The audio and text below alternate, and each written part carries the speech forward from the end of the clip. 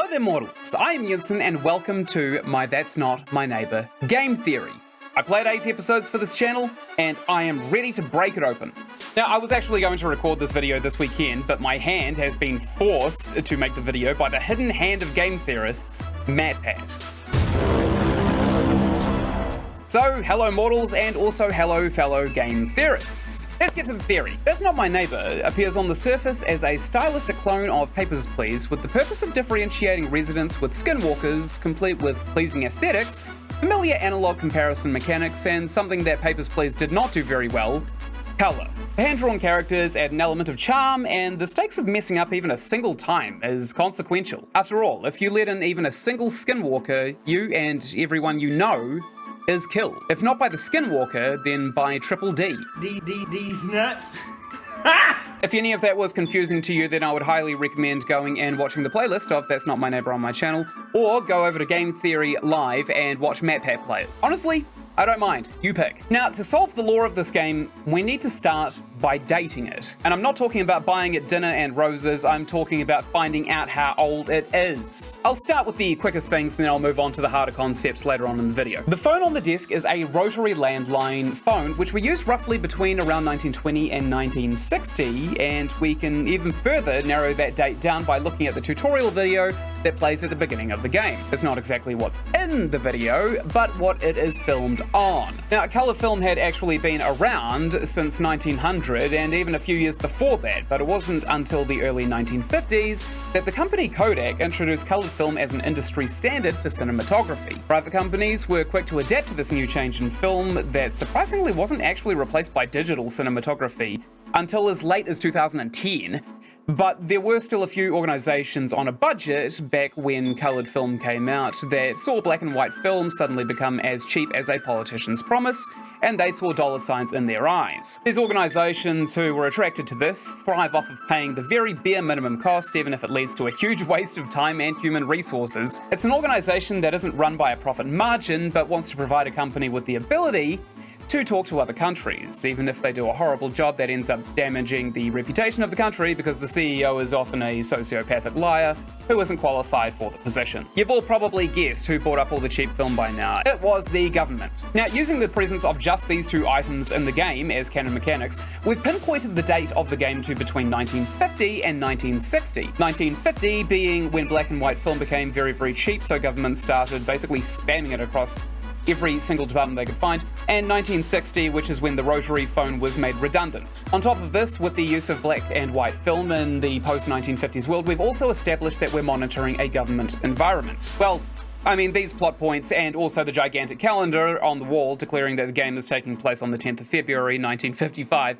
And I'd like to trust it, but thanks to Five Nights at Freddy's, verifying the reliability of a piece of paper taped to a wall is the first step in confirming that you aren't being directly lied to by a sneaky developer. Everybody say thanks to the nice Scott Cawthorne for the paranoia. Now, let's break down the skinwalkers. The entire gameplay loop is centered around these skinwalkers trying to break into the building to either kill or convert the residents. And I'll quickly explain what a skinwalker is in history, just in case you aren't terribly aware already. A skinwalker is a North American cryptid, with a cryptid being a monster that has been reported but not proven exists, like Bigfoot, Loch Ness Monster, Black Shark, all of those things. With the tales of skinwalker originating from a massive Native American Indian tribe called the Navajo. You've probably heard of the Navajo before. They are probably the second most famous Native American tribe in the world, second only to the Apache, and the Apache is probably only famous because of the helicopter.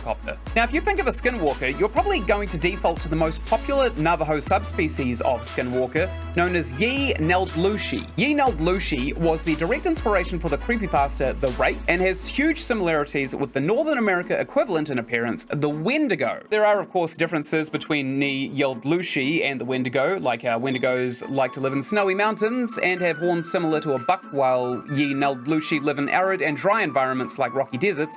But there are a heap of different kinds of skinwalker, and Ye-Neldlushi is the only one that doesn't actually appear in That's Not My Neighbour. There are apparently many different kinds of skinwalker in Navajo mythos, most of which are bipedal, some are demonic, some are hollow, and some are perfect replicas. Now, other than acknowledging skinwalker existence, Navajo descendants are reluctant to give information about their cultural witchcraft principles to outsiders, Their reason for this choice is that to make their culture commonly known would devalue the culture, and as much as I'd like to know their lore behind the Skinwalkers, I personally do respect their wishes, especially if they thought that they were withholding the details so nobody could artificially create a Skinwalker. Now, I also considered the cryptid from the German mythos, the doppelganger, and it's directly quoted in the game that these Skinwalkers are in fact doppelgangers, but a doppelganger in German folklore is historically an exact copy of the original person, no exception. There are perfect Skinwalkers that could pass as doppelgangers in the game, but then we'd be ignoring all of the Skinwalkers that aren't perfect replicas. The rules of the doppelganger just don't fit here very well.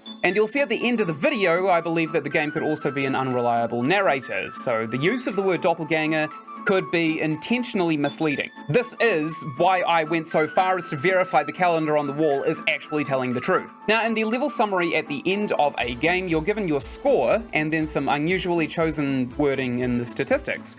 If you pay attention, the statistics only have 3 stats, but specifically say that Skinwalkers are captured and the neighbors are killed. I wonder if MatPat picked up on that.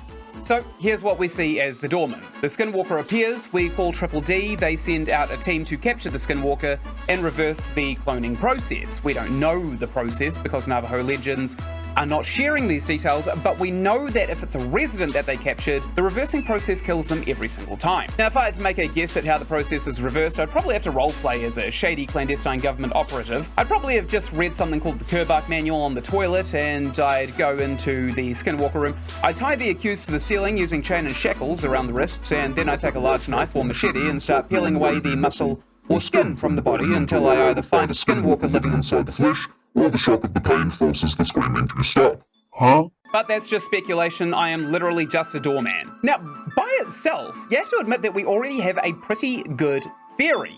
We are capturing Skinwalkers, we are making sure that they are Skinwalkers, and then we are using them for some kind of government purpose. There is another player on the field that we do have to acknowledge, and it's not particularly present in the game, but since we know from the Navajo legend of Skinwalkers that we are located in America, and we also know the date is 1955, then we also know what's kind of going on behind the curtain.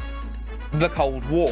Theoretically, while the Cold War is going on, we could be harvesting all of these Skinwalkers to send over to Russia to destabilize their country and try and win the Cold War through clandestine means, which is pretty much how governments wanted to do everything before the invention of the internet and drones came over. What if I told you that none of what I just told you was real? I mean, if you really think about it, everything that you're looking at is specifically choreographed to show you very specific pieces of what feels like a larger puzzle, right? I mean, for God's sake, there is blood literally written on the shutter door right here. You go into a workplace these days and somebody's written on the front door in blood, chances are you're going to either press charges or you're going to quit.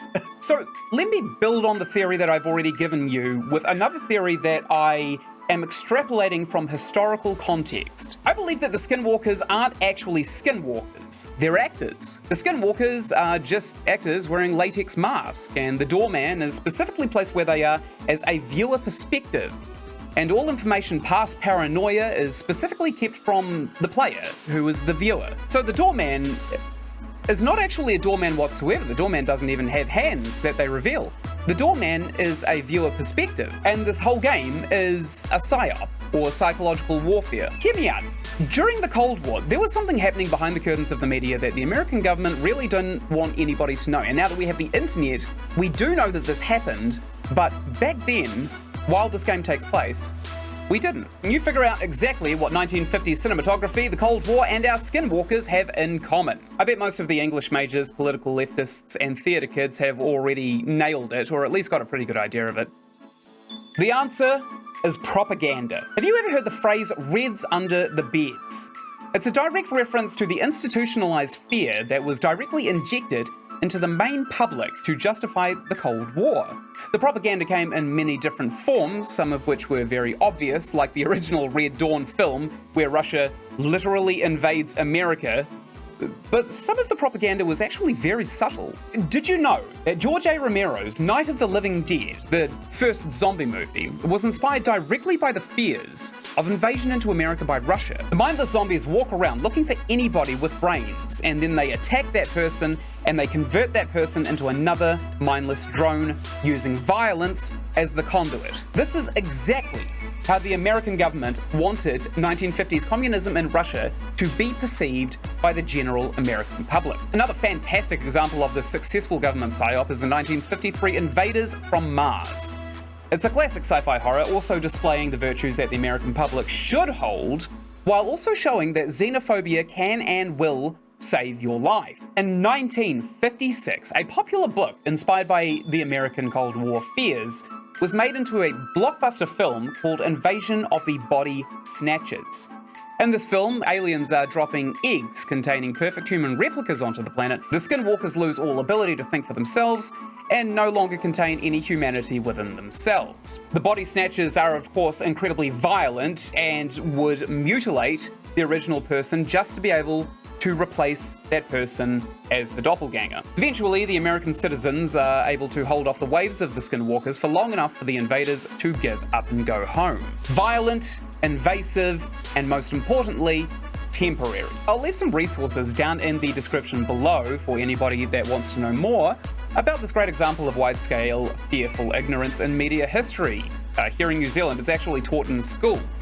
There are a lot of countries that teach this in high school. In the film, That's Not My Neighbour, the American government is sending the residents out into their personal lives into a skinwalker heavy zone, and we know it's American because of the original location of the Navajo skinwalker legends. If I'm not mistaken, it's about the southwest of North America. The people are luring the skinwalkers back into a government-owned building. The skinwalkers are stripped out of the skin, captured, and weaponized against Russia in a clandestine operation to destabilize the major threat to America in 1955. That's the plot of this propaganda, and we have front row seats to this insider information. This is actually how America fought communism in 1955, even if communism wasn't aggressive. The only issue is that none of this ever actually happened. It's just like the Cold War. You're supposed to believe it happened so to justify the American ownership of a nuclear deterrent. This way, if Russia invades or fires nukes, then America can fire them straight back.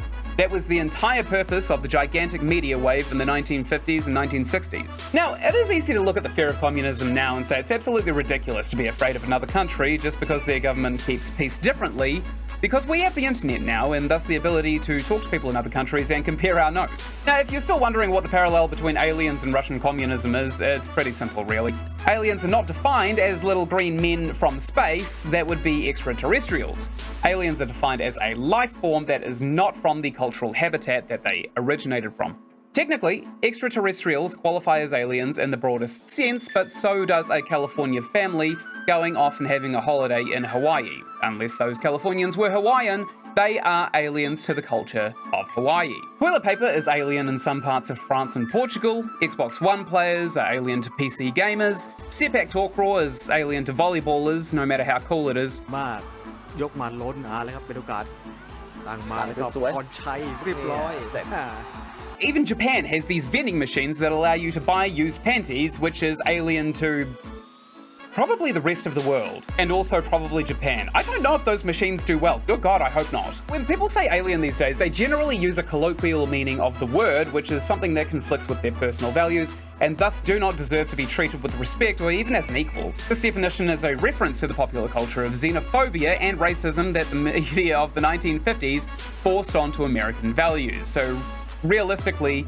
America is reaping what they sow. None of what you saw was real. It was all designed to make you paranoid about all of the people around you, negatively reinforcing this value by having you die if you misjudge one single person.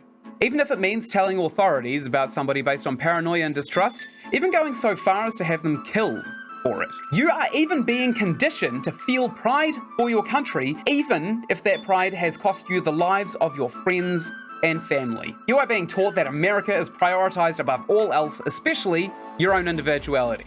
You wouldn't have nice things without America. You wouldn't have friends and family without America. You wouldn't have security without America. America are a collection of the same families of powerful people whose only priority is to make sure that America stays America and repels anybody that wants a piece of it. Who did you vote for in America? It doesn't matter. The people have no power over the choices of Congress and the Senate. The people can only complain and advise. No words are heard. It's only America that chooses. That is the law of the nation. Kind of sounds like 1950s communism in Russia, doesn't it? There are some people that abuse free speech, like Jordan Belfort and who's that bald dickhead? Andrew Tate. And they are more than welcome to scream out into the world whatever garbage that comes to their mind in that day. But they still have to live with the consequences of people reacting to their free speech. I can also understand if this video seems a little bit politically or racially charged. Believe me, it is not. Everything that I said is common knowledge for old people who have lived enough of their life to understand the way the world just functions without any input from extremists. I find racism to be an absolutely disgusting trait in somebody. So here's my advice. If you are a racist, then by all means, say that you're a racist. Go out, make a bunch of racist jokes so that the people who don't like you can avoid you. And at the end of the day, there's always going to be people who don't like racists. To those people, I say ignore these racists, because generally what happens when you ignore someone who's loud, afraid, ignorant, and scared, they just look somewhere else to go and scream their crap into. So if you see somebody who has some free speech that they're exercising that you don't like, then ignore them. Do not engage with their posts, don't like their videos, don't even dislike their videos, because all of this shows engagement, which gives these people a platform. So there you go. If you're a racist piece of garbage, I've given you some advice. If you hate racist pieces of garbage, then I've also given you some advice. And if you think there's any political chargings or motivations for this video, you are mistaken. I don't care what you vote for, but it is important that we are aware of what our politicians are saying, doing, and we need to hold them accountable for their actions, their decisions, and what they are voting for. Other than that, vote for exactly who you want to vote for. I'm just a YouTuber. Why would you listen to me? Why would I tell you who to vote for? Don't let a YouTuber influence who you're going to vote for. Go out and do your own research. My qualifications for telling you who to vote for is that I own a camera and a ring light. Well, that's it for my theory. Thank you so much for watching, mortals and also theorists who've stumbled onto my channel. Thank you, MatPat. Also, everybody say thank you to the nice MatPat for all the views that I'm getting. Right up here, you're going to find the playlist for all of my game theories, and right up here, you're going to find a playlist for That's Not My Neighbor. Just over there is my subscribe button, hint, hint. If you click on that, you do a lot to help a small YouTube creator. Thank you so much again for watching. I will see you in the next one. Thank you for subscribing if you haven't already, and goodbye!